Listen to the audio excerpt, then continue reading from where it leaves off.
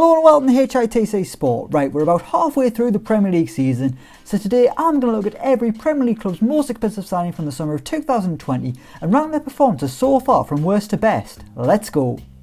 And by the way, I'm using whoever transfer market listed as the most expensive player, before 1 year's more and I've picked the wrong guy.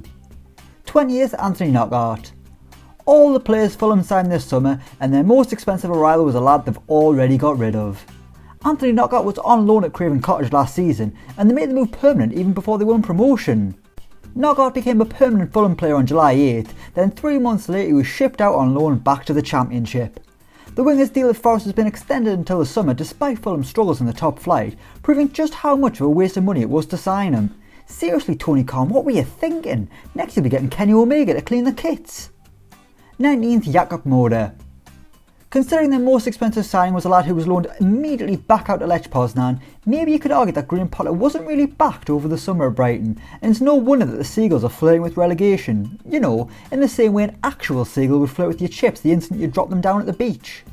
JAKUB might be decent, he might not be. Unsurprisingly, I haven't seen any of Lech Poznan's games this season, but unfortunately for him, he's second bottom in 19th. 18th, Dale Stephens. I mean, considering Burnley's most expensive signing was Dale Stephens from Brighton, you know Sean Dyche's side had a summer to forget. The midfielder hasn't even played that much at Turf Moor, suggests that maybe it's just a body brought in to make up for the injuries that Burnley had at the start of the season. Either way, it hasn't gone well so far, and I doubt we'll see any improvement in the second half of the campaign from Stephens. 17th, Donny van der Beek. Right, why did Man United bother signing Donny van der Beek if they never had any intention of playing him? Solskjaer has yet to find a place for him in the team, and there's no obvious route either alongside Pogba and Bruno Fernandes. So in summary, it was a complete waste of money. He scored in his debut, and looked like that could have been the start of something. But it was a proper false dawn, as the Dutchman's been used less and less every week.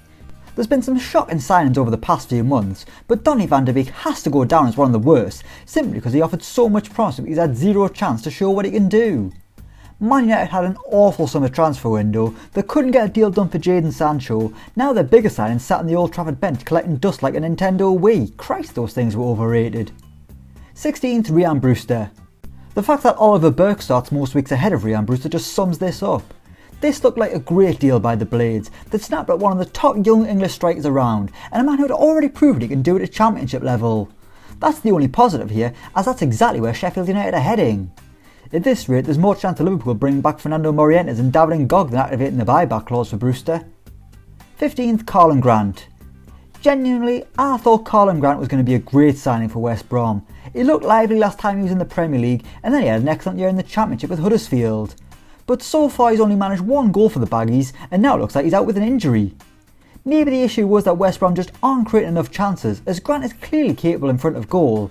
Or maybe it's just the second coming of Dwight Gale, where his legs turn to jelly as soon as he goes from Championship to Premier League. 14th, IBRAHIMA Diallo. Southampton's most expensive summer signing has barely played, but when he has, he's impressed. Ralph Hasenhüttl has taken his time with the midfielder, and the Frenchman now looks more than ready to take the Premier League by storm. He's neat in possession and more than capable of winning it back, proving that he can be the Højbjerg replacement for the Saints. There's more to come in 2021, but for his limited role so far he finishes in 14th. 13th, Kai Havertz.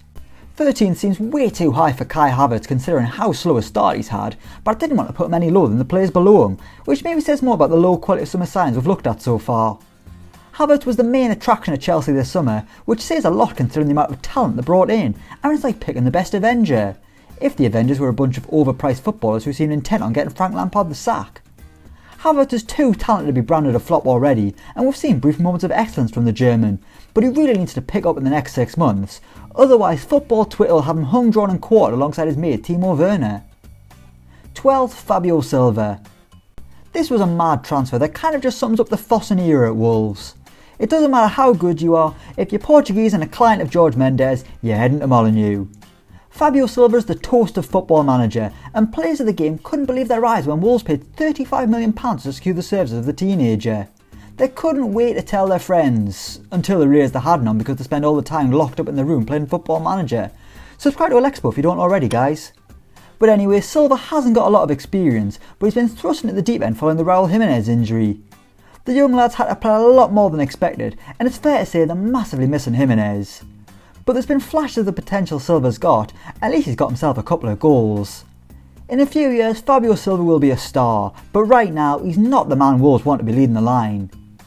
11th, Rodrigo. We've reached the halfway stage. I think that's a perfect place for Leeds' record signing. Rodrigo's been good at times, and others he's been not so good. But to be honest, I'm more surprised at the role he's playing under Bielsa. I thought he was going to be leading the line, taking the place of the man who's been slagged off to the hills and back, Patrick Bamford. But while the number 9 spits in the face of everyone who's bashed him, Rodrigo's been operating in a deeper role, usually in centre midfield. He's got a few goals, but for me, I expected a lot more from the Spaniard. 10th, Thomas Partey. If it wasn't for injury, Thomas Partey would rank a lot higher. Every time I've watched the Ghanaian midfielder I've been impressed, except for the North London derby, but we'll ignore that.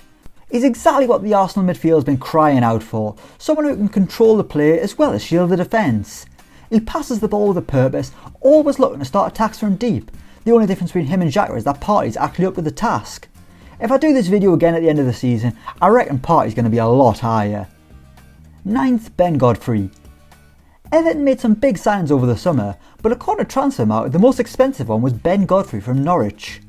Considering how bad the Canaries were last season defensively, it's mad that 2 of the back 4 have returned to the Premier League. But while Jamal Lewis is struggling at Newcastle, Ben Godfrey seems to fit right in at Everton. He's even had to do a job at left back, which quickly endeared himself to the Goodison faithful. The Toffees have been crying out for extra depth at the back, and Godfrey looks like he's going to be an excellent addition over the coming years.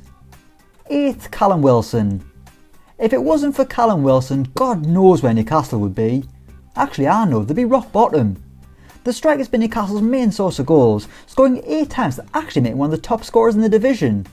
And considering he plays in a team that makes Jose Mourinho defending a 1-0 lead look extremely exciting, it's incredible that Wilson scored so many. But if they're not creating any chances, there's not much point in having Wilson. I mean, I can't even remember the last time he nearly scored. He just spends his days chasing long punts up the pitch from one of the Longstaff brothers, while Steve Bruce thinks of the next excuse he's going to reel off after the latest defeat.